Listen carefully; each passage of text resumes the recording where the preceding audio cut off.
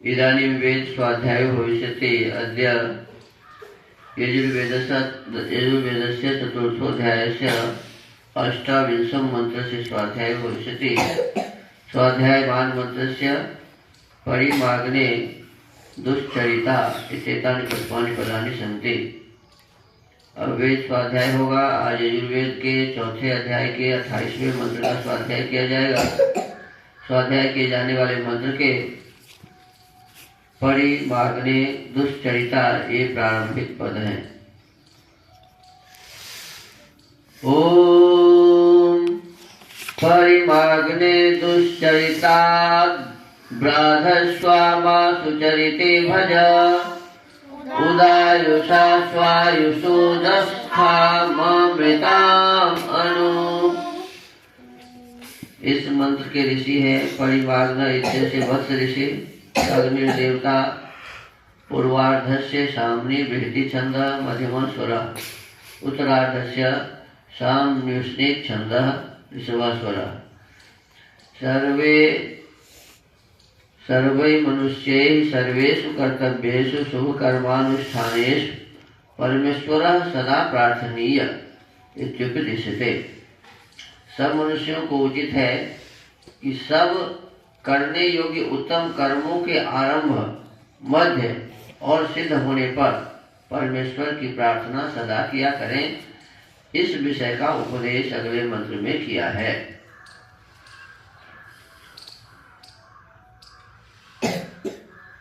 इस मंत्र के अर्थ को लिखते हुए महर्षि दयानंद सरस्वती जी लिखते हैं, हे अग्नि जगदीश्वर। देखिए, एक तो अग्नि ये है जिसमें हम हवन करते हैं, जिससे भोजन बनाते हैं, उसको भी अग्नि कहते हैं। और ईश्वर का भी नाम क्या है? अग्नि। परमात्मा का भी नाम अग्नि। कहते हैं, हे अग्नि अर्थात जगदीश्वर, आप कृपा करके जिस कर्म से मैं स्वायुषा उत्तमता पूर्वक प्राण धारण करने वाले, आयुषा जीवन से, अमृता जीवन मुक्त और मोक्ष को प्राप्त हुए विद्वान व मोक्ष रूपी आनंदों को उदस्थान अच्छे प्रकार प्राप्त हूँ, उससे माँ मुझको समित करके दुश्चरिता दुष्टाचरण से उद्धार घस्व पृथक करके माँ मुझको सुचरिते उत्तम धर्माचरण युक्त व्यवहार में अन्वा भज अच्छे प्रकार स्थापन कीजिए। भावार्थ, मनुष्यों को योग्य है कि अधर्म के छोड़ने और धर्म के ग्रहण करने के लिए सत्य प्रेम से प्रार्थना करें, क्योंकि प्रार्थना किया हुआ परमात्मा शीघ्र अधर्मों से छुड़ाकर धर्म ही में प्रवृत्त कर देता है। परंतु सब मनुष्यों को यह करना अवश्य है कि जब तक जीवन है तब तक धर्माचरण ही में रहकर संसार व मोक्ष रूपी सुखों को सब प्रकार से सेवन करें। देखिए, हमारा ये जीवन है, मनुष्य का जीवन है, वो सुख प्राप्त के लिए ही है। और सुख एक तो है सांसारिक सुख, इस संसार में जब तक हम हैं तो संसार का सुख हमें मिलता है। और संसार से जब हम जाते हैं तो एक है मोक्ष रूपी सुख। तो कहते हैं मोक्ष रूपी सुख भी हमें प्राप्त करना चाहिए, संसार का सुख भी हमें प्राप्त करना चाहिए। और इसके लिए पुरुषार्थ की आवश्यकता होती है। 4 प्रकार के पुरुषार्थ हैं। तो एक पुरुषार्थ कहा कि एक पुरुषार्थ है कि धर्म का करना भी पुरुषार्थ है। हर क्षण अपने मन, वाणी और कर्म में हम धर्म पूर्वक ही कोई विचार करें, अधर्म पूर्वक कोई विचार न करें। तो इसमें कहा गया कि मनुष्यों को योग्य है कि अधर्म को छोड़ने, पहला पुरुषार्थ है धर्म करना। कहते हैं अधर्म को छोड़ने और धर्म के ग्रहण करने के लिए सत्य प्रेम से परमात्मा से प्रार्थना करें। ईश्वर से प्रार्थना करने से हमें बार बार जब हमारे मन से विचार उत्पन्न होते हैं, पर परमात्मा से हम बार बार कहते हैं कि प्रभु आप हमारी प्रार्थना को सुनिए और हमें जो कुछ भी प्राप्त करना है, जैसे धर्म प्राप्त करना है, अर्थ प्राप्त करना है, काम प्राप्त करना है, मोक्ष प्राप्त करना है, तो इसके लिए परमात्मा से प्रार्थना करनी चाहिए। क्योंकि परमात्मा ही एक ऐसी चीज है, ऐसी वस्तु है जो हमारा अकल्याण कभी नहीं चाहता। परमात्मा हमारा खराब करना कभी नहीं चाहता। वो हमारा सबसे बड़ा हितैषी है। परमात्मा हमारी माता है, पिता है, बंधु है, सखा है, सब प्रकार के सुखों को देने वाला वही है। इसीलिए हमें परमात्मा से ही प्रार्थना करनी चाहिए। और कहते हैं कि प्रार्थना किया हुआ परमात्मा क्या करेंगे, तो कहते हैं शीघ्र अधर्मों से हमें छुड़ा देंगे, उन्हें गलत रास्ता से हमें छुड़ा देंगे और धर्म में हमें लगा देंगे। धर्म के तरफ में हमारी प्रवृत्ति बन जाएगी।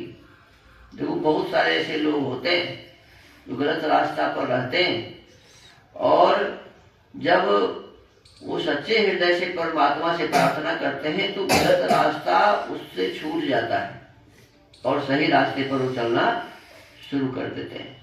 बहुत सारे ऐसे हुए उदाहरण है, जैसे वाल्मीकि का उदाहरण है, अंगुलीमाल डाकू का उदाहरण है। ये लोग जंगल में रह के लोगों को लूटते थे, लोगों की हत्या करते थे और नारद का संपर्क हुआ रत्नाकर नाम के डाकू को और वो वाल्मीकि ऋषि बन गए। अंगुलीमाल का संपर्क हुआ गौतम बुद्ध से और वो बहुत बड़े धर्म प्रचारक बन गए। तो कहने का अर्थ है स्वामी दयानंद सरस्वती से भेंट हुई स्वामी संतानंद की, कितने बड़े नास्तिक, शराबे, कबाबे सब कुछ थे और गुरुकुल कांगड़ी के संस्थापक बन गए, बहुत बड़े बड़े सन्यासी बन गए। एक अभिचंद थे, स्वामी दयानंद सरस्वती से जब भेंट हुई, दयानंद ने एक ही बात कहा कि अरे अभिचंद तू है तो हीरा, लेकिन कीचड़ में पड़ा हुआ है। और ये शब्द उनके भीतर के दुर्गुणों को इस प्रकार से हटा दिया कि वो संपूर्ण विश्व में प्रसिद्ध भजनोपदेशक बन गए, बहुत बड़े लोग बन गए। तो कहने का अर्थ है कि हमारे आपके जीवन में सब प्रकार के दुखों से छुड़ाने के लिए और सुखों को प्राप्त करने के लिए, अधर्म से हटने के लिए और धर्म को ग्रहण करने के लिए हमें परमात्मा से ही प्रार्थना करनी चाहिए। और जब सच्चे हृदय से हम परमात्मा से प्रार्थना करेंगे तो परमात्मा के बराबर संसार में दूसरा कोई भी नहीं है। जब परमात्मा ही हमारा रक्षक बन जाएगा तो कोई हमारा क्या बिगाड़ ले। ईश्वर जब हमारा रक्षक बन जाएगा तो दूसरा हमारा कोई भी कुछ नहीं बिगाड़ सकता है। इसीलिए हमें बहुत ही श्रद्धा से उस परमपिता परमात्मा के शरण में समर्पित होना चाहिए और प्रभु से हमें याचना करनी चाहिए, प्रार्थना करनी चाहिए, उन्हीं की उपासना करनी चाहिए। तो यही भाव इस मंत्र में है कि वही परमात्मा जब हम उनसे प्रार्थना करेंगे तो वे हमें शीघ्र अधर्मों से छुड़ाकर धर्म में प्रवृत्त कर देता है। परंतु सब मनुष्यों को यह करना अवश्य है, हर एक मनुष्य को यह काम करना चाहिए कि जब तक जीवन है तब तक धर्माचरण ही में रहकर, जब तक हम जीवित हैं तब तक हमें अच्छे काम में ही लगे रहना चाहिए। धर्माचरण में ही रहकर संसार व मोक्ष रूपी सुखों को सब प्रकार से सेवन करना चाहिए। ऐसा करने से हमारा कल्याण होगा। हम सब प्रकार के सुखों को संसार में रहते हुए भी और मोक्ष प्राप्त करके भी अनेक प्रकार के सुखों को ही प्राप्त करेंगे। तो आज वेद के स्वाध्याय को यही विराम देते हैं। ओम।